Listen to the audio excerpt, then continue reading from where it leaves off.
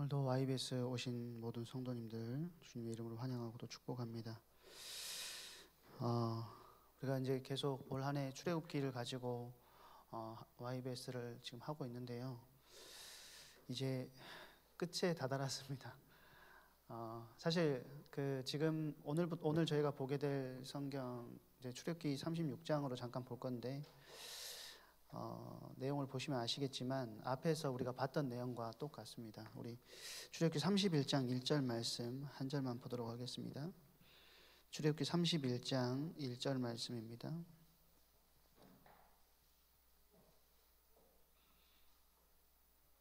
찾으신 줄 알고 제가 봉독하겠습니다. 부살렐과 오홀리압과 및 마음이 지혜로운 사람 곧 여호와께서 지혜와 총명을 부으사 성소에 쓸 모든 일을 할 줄 알게 하신 자들은 모두 여호와께서 명령하신 대로 할 것이니라. 지금 여호와께서 이스라엘을 시내산으로 데려와 가지고 이들과 함께 언약을 맺으셨습니다. 그래서 여호와께서 이스라엘이 하나님이 되시고 이스라엘은 여호와의 백성이 된 것이죠.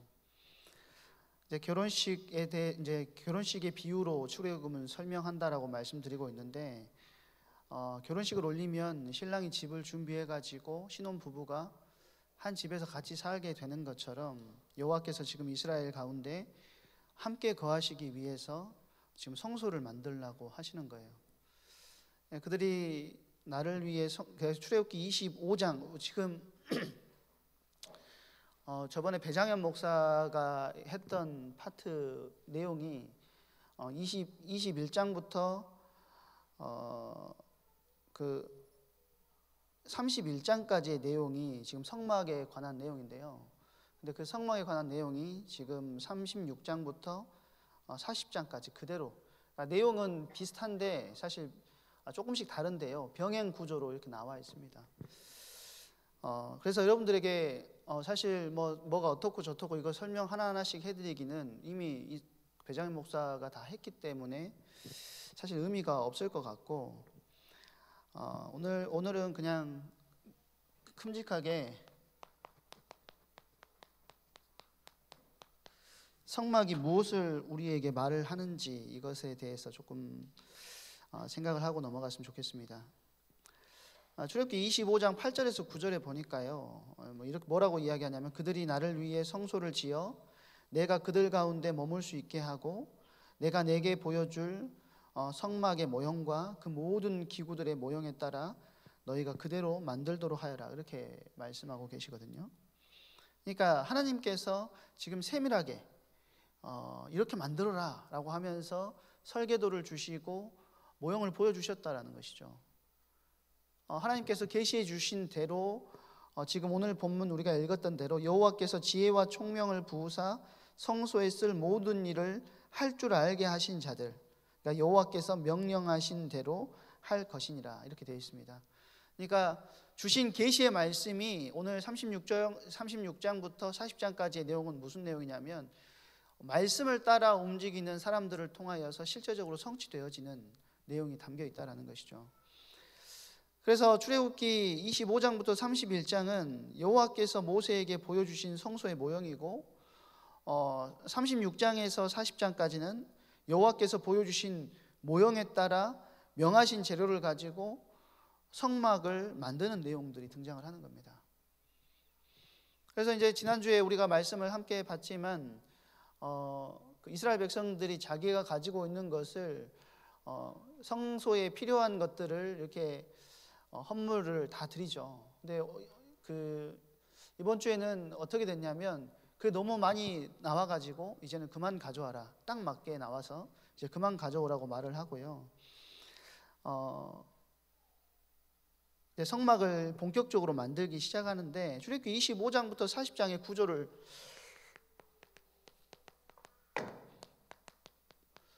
구조를 조금 설명을 해드리자면 가장 중심에 뭐가 있냐면요, 출애굽기 33장 7절에서 11절의 말씀입니다.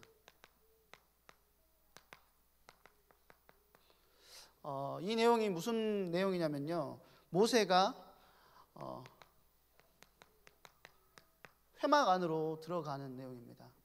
모세가 회막 안으로 들어가서 이스라엘 백성들이 범죄한 이후에 모세가 회막 안으로 들어가서 하나님께서 원하시는 것들을 확인하고 또 하나님께서 이제 나는 너희하고 같이 가지 않겠다 하는 내용들이 이 회막에서 다 나오게 되는 거거든요. 그러니까 성막을 우리가 성막과 회막과 뭐 이걸 이렇게 말씀을 많이 들어봤을 건데 이스라엘 진 중에 회막이 있었던 것이 아니고 진 바깥쪽에 회막이 있었습니다.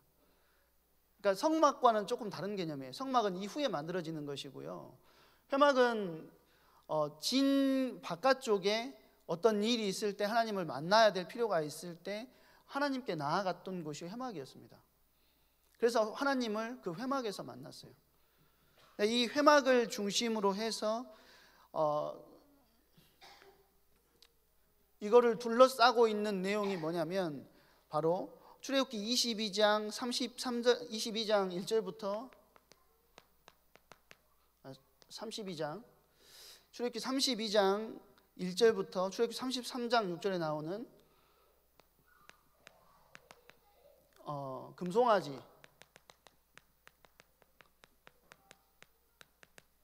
금송아지를 가지고 범죄하는 내용, 그것이 바로 앞에 등장을 하고요. 출애굽기 33장 12절부터 34장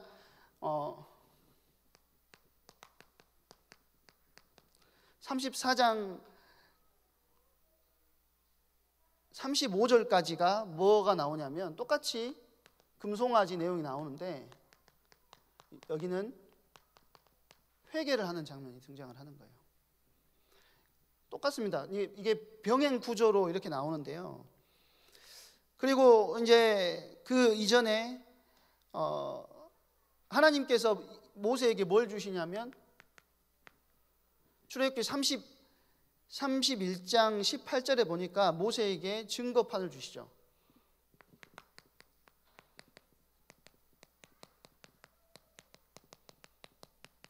증거판을 주시는데 출애굽기 34장 27절에서 35절에 보니까요.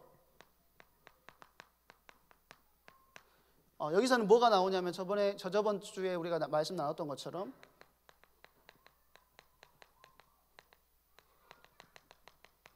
두 번째 돌판을 이야기를 하고 있습니다.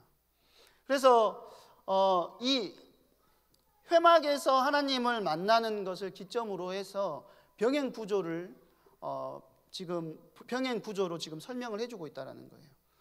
그리고 출애굽기 25장부터 31장까지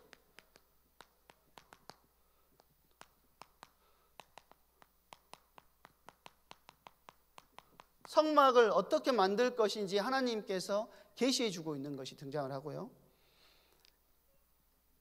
그리고 출애굽기 35장 1절부터 40장 38절까지 성막을 실제적으로 만드는 이렇게 병행 구조로 되어 있다는 것입니다. 모세가 회막에 들어가서 여호와께 함께 하시기를 간청하는 장면을 정점으로 해가지고 지금 두 개가 병행되어 가지고 설명이 되고 있다는 것이죠. 금송아지를 만들고 이를 회개하는 모세에게 하나님께서 증거판을 주시고 깨트린 증거판을 새롭게 하시고 또 안식일에 율법을 주시고 또 안식일을 똑바로 지키라고 하시고 또 성막을 계시해 주시는 것과 성막을 만드는 장면이 지금 병행 구조로 우리에게 설명되고 있다는 것입니다. 그러니까 성막 만드는 일과 금송아지를 근데 여기에서 여러분들이 기억해야 될 것이 뭐냐면 성막을 만드는 일과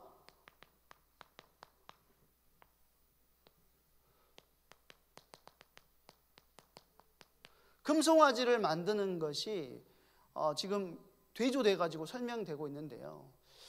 이거를 왜 대조해 가지고 설명을 하셨을까 여러분들이 조금 고민을 해봐야 되는데 하나님의 백성들이 결국에는 이걸 선택할지가 사실 믿음의 백성들의 삶의 자리에서 늘 찾아오는 문제라는 것입니다. 우리가 늘 기억해야 된다는 거예요. 예를 들어서 여호와께서 이스라엘 백성들을 출애굽하셔가지고 언약을 맺고 그들과 함께하기 위해서 그들을 출애굽시키시고 관계를 하게 하셨어요. 성막을 주시는 이유는 그들과 관계하기 위해서, 더 깊은 교제 속으로 들어가기 위해서 성막을 허락하셨는데, 정작 이스라엘 백성들은 금송아지를 만들면서 우상이 자기를 구원한 신이다, 그렇게 이야기를 하면서 그 관계를, 하나님께서 맺어놓으신 관계를 위태롭게 만들었다는 거예요. 뿐만 아니고 하나님께서는 이 성막을 아무나 만들어라고 하지 않으시고 하나님께서 선택하신 자, 선택하신 자가 그 성막을 만들게 하셨어요. 그래서 계속해서 36장부터 40장까지 나오는 이름이 부살렐과 오홀리압에 대해서 이야기가 나오는데요. 근데 금송아지는 누가 만듭니까? 아론이 스스로 조각해서 만드는 거예요. 사람이 자기 스스로 자기의 힘과 능력 가지고 만드는 것이라는 거죠. 그리고 이 성막은 뭘 하는 곳이냐면, 하나님께서 임재하는 곳이지만 하나님께서 그들에게 허락하신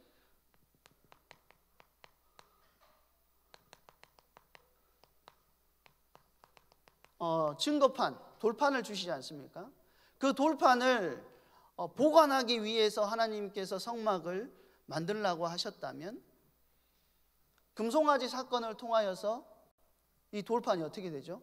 깨지게 되는 거예요.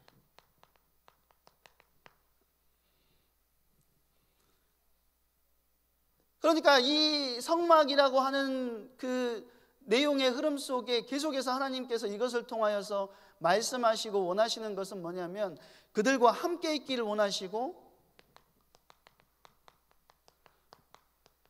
그들 속에서 거주하기를 원하시는 것이 성막을 통하여서 우리에게 드러나는 것입니다. 그런데 이 금송아지를 통해서 아까도 말씀드렸던 것처럼 하나님께서 떠나신다 하시고 하나님의 진노를 보게 하시는 것이 이 금송아지라는 거예요. 그래서 금송아지 사건과 성막을 만드는 사건이 대립되고 있는데, 사람은 성막을 만들든지 아니면 금송아지를 만들든지 둘 중에 하나를 선택해서 움직이게 된다는 것입니다. 동전의 양면, 사실은 어떤 믿음의 결정을 하는 데는요 오랜 시간이 걸리는 게 아닙니다.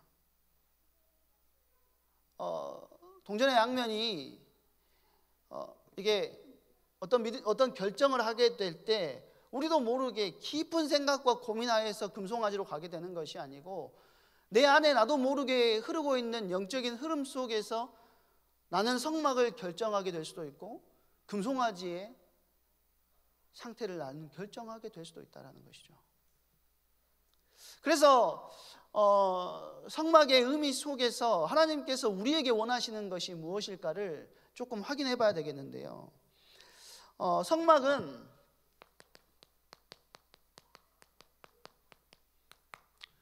무엇을 의미하냐면, 첫 번째는 하나님께서 거주하시는 곳, 하나님께서 이스라엘 백성들 가운데 함께 하시기 위하여서 하나님의 거처로 만든 것이 성막이기 때문에, 성막은 궁극적으로는 무엇을 의미하냐면 천국을 의미하는 것입니다. 천국이 우리는 어떤 그 3층천 위에 하나님의 어떤 그 왕국, 하나님의 하늘 나라를 생각할 수 있지만 하나님이 계시는 곳이 뭐냐면 천국이라는 거예요. 그래서 하나님은 거룩한 하늘, 그의 궁정에 계시는데, 그리고 온 땅, 온 우주에 충만하여서 계시는데, 하나님은 이 지상에서 그의 백성들이 만든 성막을 그의 거처로 삼았다라는 겁니다. 그리고는 성막은 천국을 의미하고, 그러니까 천국에 대한 우리가 계속해서 말씀드리고 있는, 지난주에 말씀드리고 있는 모형을 우리에게 보여주고 있다는 거예요. 그러니까 성막을 보면 천국이 어떤 모습인지를 알 수 있게끔 모형적으로 우리에게 보여주신 것이 성막이라는 거예요. 하나님께서 거주하고 계시는 것. 그래서 요한계시록 22장에 보면 이게 그 정사각형에 뭐가 있고 막 이런 내용들이 나오거든요. 근데 그 모습이 뭐와 같냐면 나중에 좀 이따가 말씀드릴 거지만 새 예루살렘에 대해서 이야기를 하는데, 우리가 궁극적으로 이제 예수님께서 두 번째 재림을 하시고 완전한 그 그리스도의 구원이 이루어졌을 때 우리가 가게 될 새 예루살렘의 모형이 무엇과 닮아 있냐면 성막과 닮아 있다라는 거예요. 하나님께서 그래서 성막을 우리에게 보여주셨다라는 것이죠. 천국에 대한 복제판이다라는 겁니다. 그래서 성막이 완성될 때, 출애굽기 40장에 보면 34절에서 38절에 보면 여호와의 영광의 구름이 그 위에 임하는 것을 볼 수가 있습니다. 또 성막이 완성될 때도 그랬지만 또 언제 여호와의 영광의 구름이 나타나냐면요, 그 솔로몬을 통하여서 그 예루살렘 성전이 지어졌을 때, 열왕기상 8장 10절에 보면 여호와의 영광의 구름이 성전 위에 임하는 것을 볼 수가 있다는 거예요. 하나님께서 거주하시는 천국의 모형을 가지고 있다라는 것입니다. 두 번째는 성막은 또 무엇을 의미하냐면 메시아와 그의 사역을 예표한다는 거예요. 네, 그리스도는 말씀이신 하나님께서 지상의 그 백성들 가운데 거하시려고 지금 사람의 몸을 입고 찾아오신 분이십니다. 요한복음 1장 14절에 보니까 말씀이 육신이 되었다, 그렇게 이야기하죠. 말씀이신 하나님께서 육신의 몸을 입고 이 땅에 오셨어요. 그래서 우리의 죄를 대속하기 위하여서 십자가에 죽으시고 대속 제물이 되신 것이죠.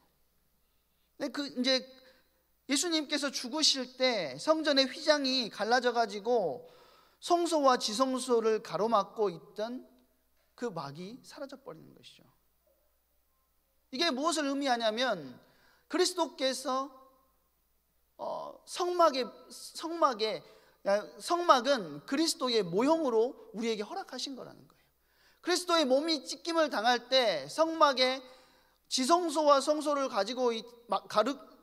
막고 있었던 휘장이 위에서부터 아래로 찢겨졌듯이 그의 죽음을 통해서 우리에게 뭘 원하시느냐면 성막에서 행해진 모든 제사를 그 그리스도께서 그리스도의 죽음을 통해서 그리스도의 죽음이 이제는 완성했다라는 것을 보여주는 것이라는 거예요.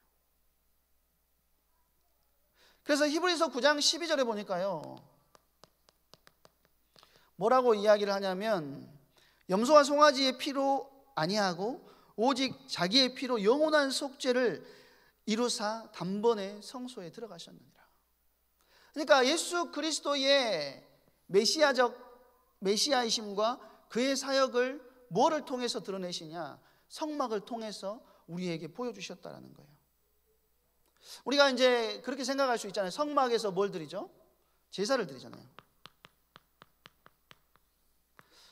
제사를 드림을 통하여서 양을 잡거나 잡아가지고 이제 번제물로 바치고 그것을 통해서 우리가 죄 사함을 받죠. 우리가 생각하기에 그렇게 생각할 수 있습니다. 그 짐승을 바치는 제사 그 자체가 우리에게 죄 사함을 가져온다라고 생각할 수 있지만 사실 영적인 의미는 전혀 다른 것입니다. 짐승을 바치는 제사 자체가 우리에게 죄 사함을 가져다 주는 것이 아니고 이 짐승을 바치는 이 제사가 무엇을 보여주는 모형이냐면 그리스도의 십자가에 달려 죽으심의 모형이 된다는 거예요. 그래서 하나님께서는 그 짐승을 바치는 제사를 통하여서 뭘 보시느냐면 그리스도의 십자가에 달려 죽으심을 보시는 거예요. 그리고 하나님께서 죄인을 만나 주시고 그 죄인에게 죄 사함을 허락하시는 것이라는 거예요. 전혀 다른 개념이죠. 번제가 능력이 있어서가 아니라 번제를 통하여서 누구를 보게 하시는 거냐면 예수 그리스도의 십자가에 달려 죽으심을 보게 하시기 위하여서 하나님께서 이걸 허락하셨다라는 거예요. 이를 여호와께서 받으시고 죄인과 만나심으로 그의 죄를 사해 주신 것이라는 겁니다. 세 번째는 성막이 무엇을 의미하냐면 하나님께서 그의 이스라엘 백성들과 동거하시는, 계속해서 나오는 것이죠. 동거하시는 처소다. 이제 하나님께서 이스라엘을 구원하시고 언약을 맺음으로 그를 하나님의 신부로 맞아서 그들 가운데 하나님께서 거하기를 원하셨다라는 겁니다. 그러니까 성막이 완성되고 성전이 완성되었을 때 하나님의 영광이 아까 말씀드렸던 것처럼 그들 위에 강림하시고 그 위에 머물렀다라는 거예요. 그러니까 궁극적으로는 하나님이 인간과의 동거, 하나님의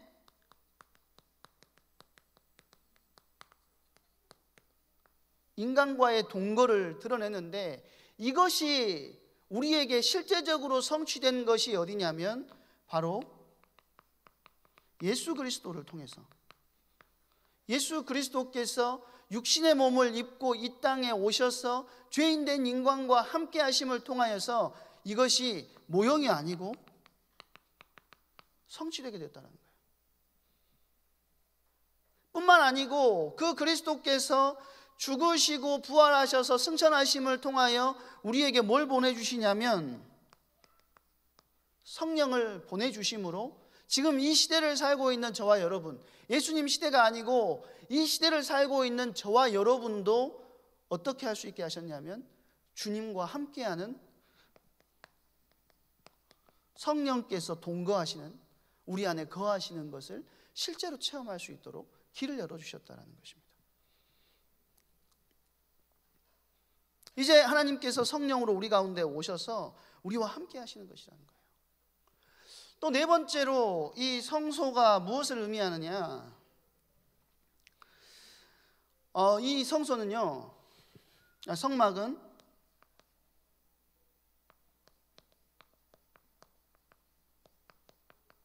에덴 동산을 상징적으로 보여줍니다.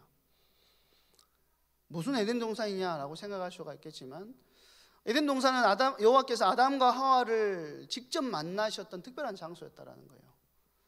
그러니까 성막과 성전은 아담의 타락으로 말미암아서 상실한 하나님과의 교제를 복구시키는 곳이라는 것이죠.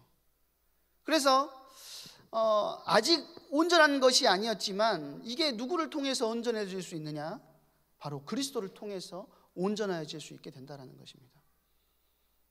예수 그리스도께서 구원을 완성하시는 날, 재림의 날이 찾아오게 되면 우리는 이제 에덴에 계셨던 하나님과 사람과 자연의 질서의 조화가 완전히 이루어지는 거예요.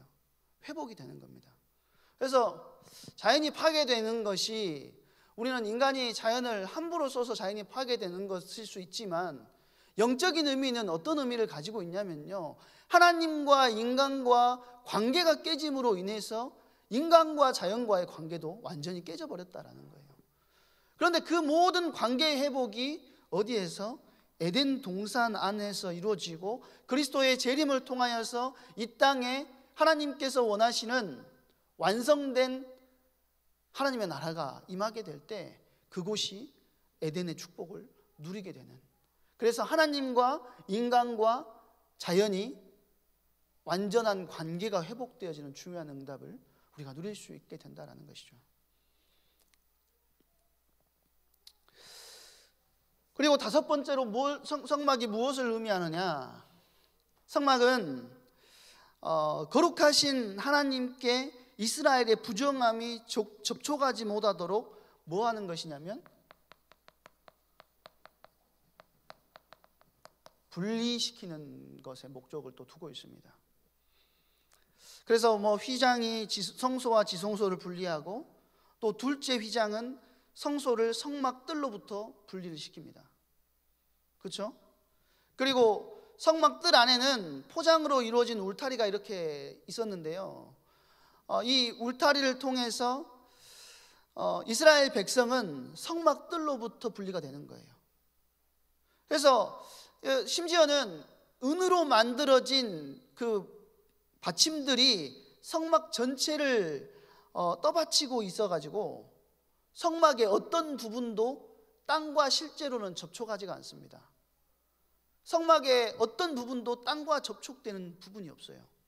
그 말은 무슨 말이냐면 하나님께서 거룩하시기 때문에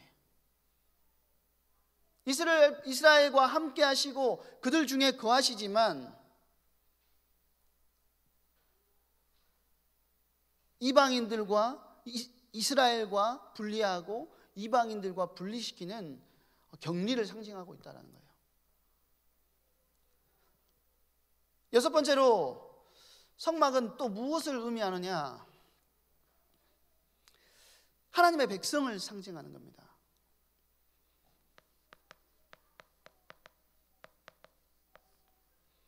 하나님의 백성을 상징하는데 나아가서 교회의 모형이라고 할 수 있는데요, 여호와께서 그의 백성들 가운데 거하신다고 할 때 그분은 성막에 계시는 것이죠.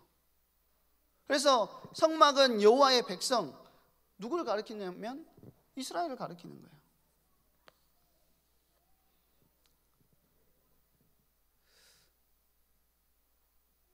또 신약에서 교회를 하나님의 성전이라고 가르치지 않습니까?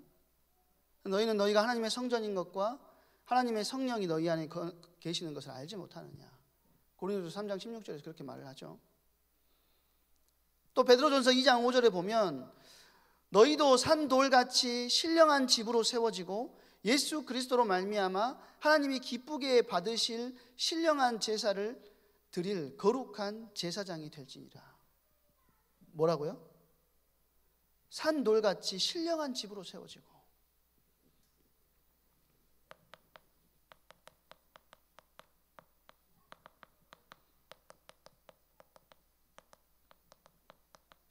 누가요? 하나님의 백성이 신령한 집으로 세워지게 된다. 말하자면 성도들 각자의 몸이 하나님께서 성도들 속에 거하시고 나아가서 성도들이 각자의 지체로서 이루는 몸, 곧 교회의 가운데 계시는 것이라는 겁니다. 그래서 하나님이 우리 속에 거하실 수 있는 것을 지금 무엇을 통해서? 성막을 통해서 보여주고 계신다는 거예요. 그래서 우리는 교회의 성별성과 성결성 뿐만 아니고 우리 성도들의 거룩함과 순결성이 성막에서와 같이 우리에게도 동일하게 요구된다는 사실을 기억해야 돼요. 성막이 아름답고 질서가 있고 또 거룩하고 또 순결하듯이 하나님께서 거하시는 교회와 우리 각자의 몸이 거룩하고 순결해야 된다. 그걸 의미하고 있다는 거예요. 그리고 마지막에 아까도 말씀드렸던 것처럼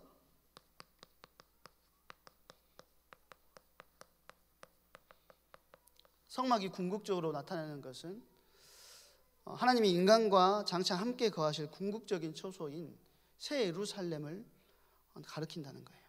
요한계시록 21장과 22장에 묘사된 새 예루살렘은 하나님이 인간과 함께 거하시는 처소입니다.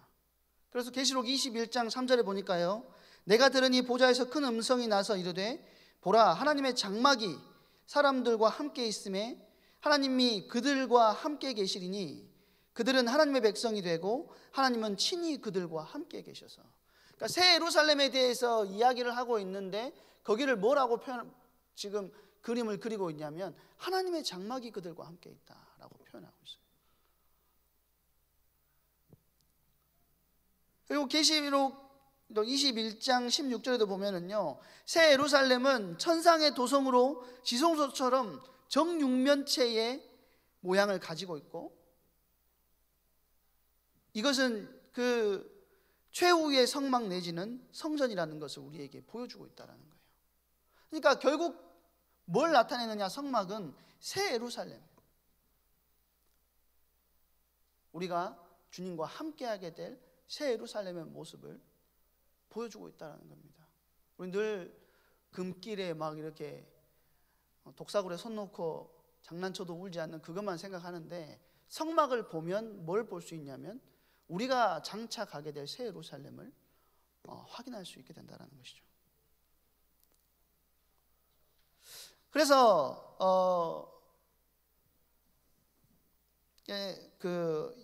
하나님께서 이스라엘을 애굽에서 구출해 내시고 시내산에서 언약을 맺으셨습니다.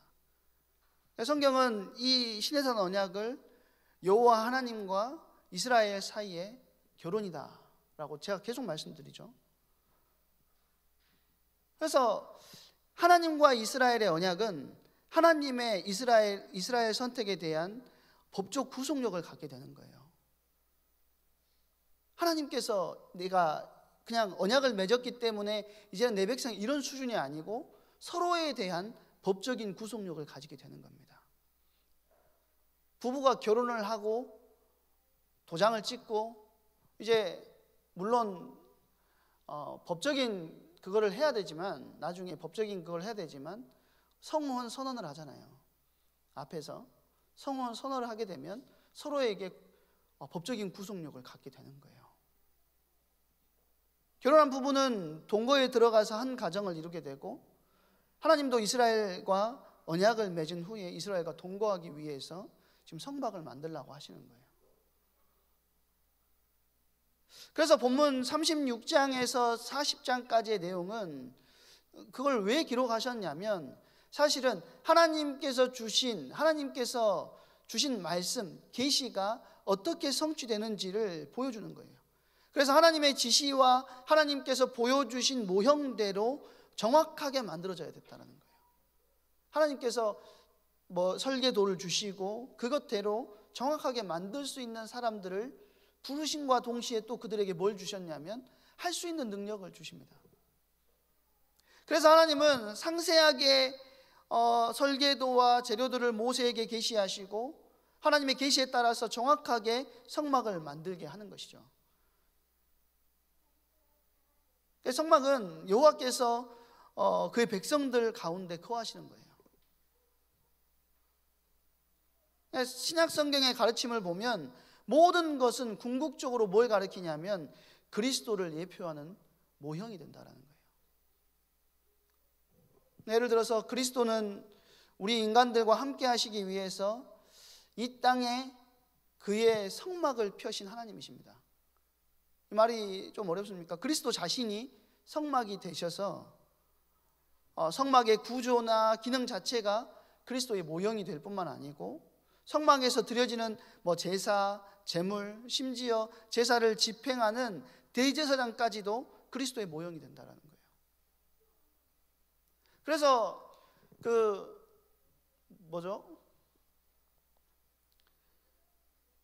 도피성에 도망가면 언제 도피성에서 나올 수 있냐면 대제사장이 죽고 새로운 대제사장이 세워지면 도피성에서 나와도 자기를 죽이려고 했던 사람들이 그 사람을 죽일 수가 없습니다. 왜냐하면 대제사장의 죽음으로 죄가 사하여졌기 때문에. 그러니까 그 안에서 일하고 있는 한 사람의 사람까지도 하나님께서는 그를 통해서 뭘 보게 하셨냐면 그리스도를 보게 하셨다라는 거예요. 그래서 성막은 그리스도를 염두에 두고 그 기능과 역할을 해석하고 이해해야 된다는 거예요. 깊게 들어가면 엄청나게 많이 나올 수 있지만 크게 성막이 의미하는 7가지에 대해서 이렇게 말씀을 드렸는데요. 예수님은 우리 죄인들과 함께 동거하시기 위해서 하늘 영광을 버리고 이 땅에 찾아오신 하나님이시고 또 성막이시다는 거예요. 또 여호와의 영광이 회막에서 떠나지 않고 항상 머물렀던 것과 마찬가지로 그리스도께서는 십자가의 죽으심과 부활을 통해서 성령을 보내심으로 우리와 항상 함께 하신다.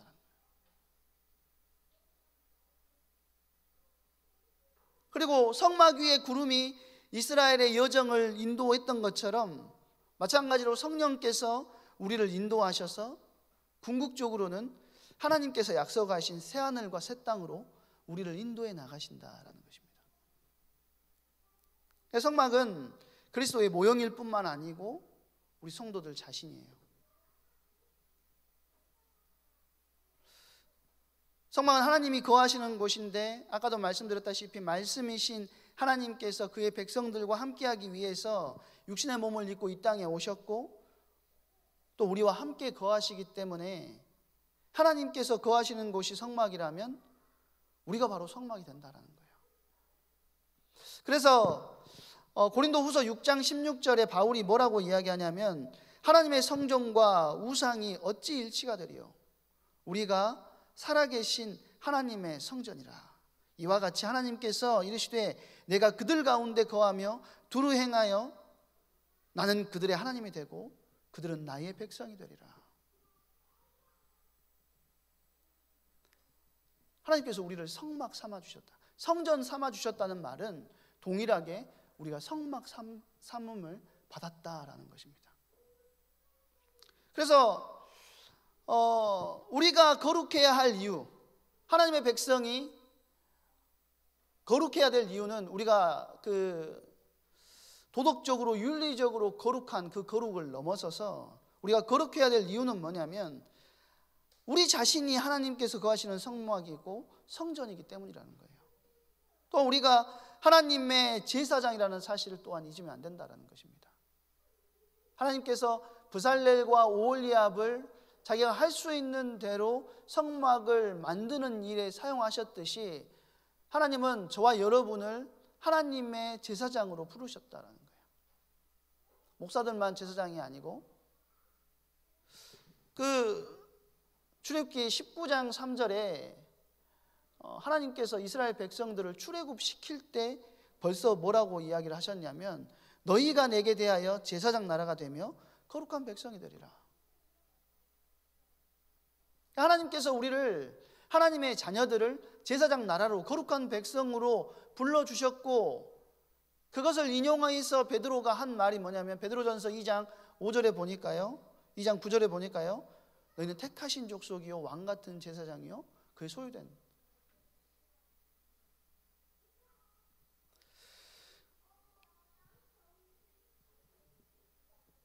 그래서 베드로전서 2장 4절에 너희는 산돌같이 영적인 집으로 세워지고 예수 그리스도로 말미암아 하나님께서 기뻐 받으실 영적인 제사를 드리는 거룩한 제사장이 되라고 우리에게 권면하고 있다는 겁니다. 출애굽기 26장에서부터 40장까지 그리고 출애굽기 21장에서부터 31장까지의 내용 성막에 대한 내용이 계속해서 등장을 하는데 그 성막을 통해서 하나님께서 원하시는 것은 무엇이었냐면 그리스도를 바라보게 하시는 거였더라고요. 우리가 저번에 이성현 목사님이 찬양 인도하면서 그런 말 하셨던 것 같은데 히브리서 11장에 믿음의 조상들이 굉장한 믿음을 가지고 있었고 대단한 것들을 다 가지고 있었던 것 같지만 그들은 완성된 언약의 실체를 보지 못하고 죽었습니다. 하지만 우리는 연약하고 부족해서 늘 넘어지는 것 같고 쓰러지는 것 같지만 우리는 언약의 실체를 지금 우리 속에 모시고 있는 하나님의 백성, 하나님의 성전, 하나님의 성막으로서의 사명을 감당하고 있다는 사실을 기억해야 된다는 거예요. 우리 더 좋은 것을 받았어요. 우리는 왜 하나님 모세처럼 우리에게 호렙산 떨기나무 안 보여주세요? 우리 그런 거 바라지만 하나님은 그것보다 더 좋은 것을 이미 너희에게 주셨다라고 말씀하고 계시는 것입니다. 그래서 출애굽기의 내용 이제 36장부터 40장까지의 내용들은 다 약속하셨던 계시하셨던 그 말씀이 어떻게 성취되고 어떻게 만들어지고 있는지에 대한 내용입니다. 그래서 이제 출애굽기 40장만 저희가 확인하고 출애굽기를 마무리하면 될 것 같습니다. 여러분의 현장 속에서 우리에게 주신, 우리를 성막으로 삼아 주신 그리스도를 깊게 붙들고 내가 어떤 존재로 하나님께서 부르셨는지, 그리고 우리에게 과거부터 그리스도를 주시기 위하여서 어떻게 작업하시고 우리를 인도해 나가셨는지 하나님의 신실하심을 또 확인하고 또 누리는 은혜의 시간이 되었으면 좋겠습니다. 기도하고 마치겠습니다. 다 같이 합심해서 기도할 건데요. 하나님, 내가 성막으로 부름을 받았다라는 사실을 기억하게 하시고 우리가 우리 현장 속에서 하나님께서 원하시는 영적 도전이 우리 안에서 실제로 일어날 수 있도록 하나님 우리를 붙드시고 인도해 달라고 우리 이 시간에 같이 합심해서 기도하도록 하겠습니다. 사랑의 하나님.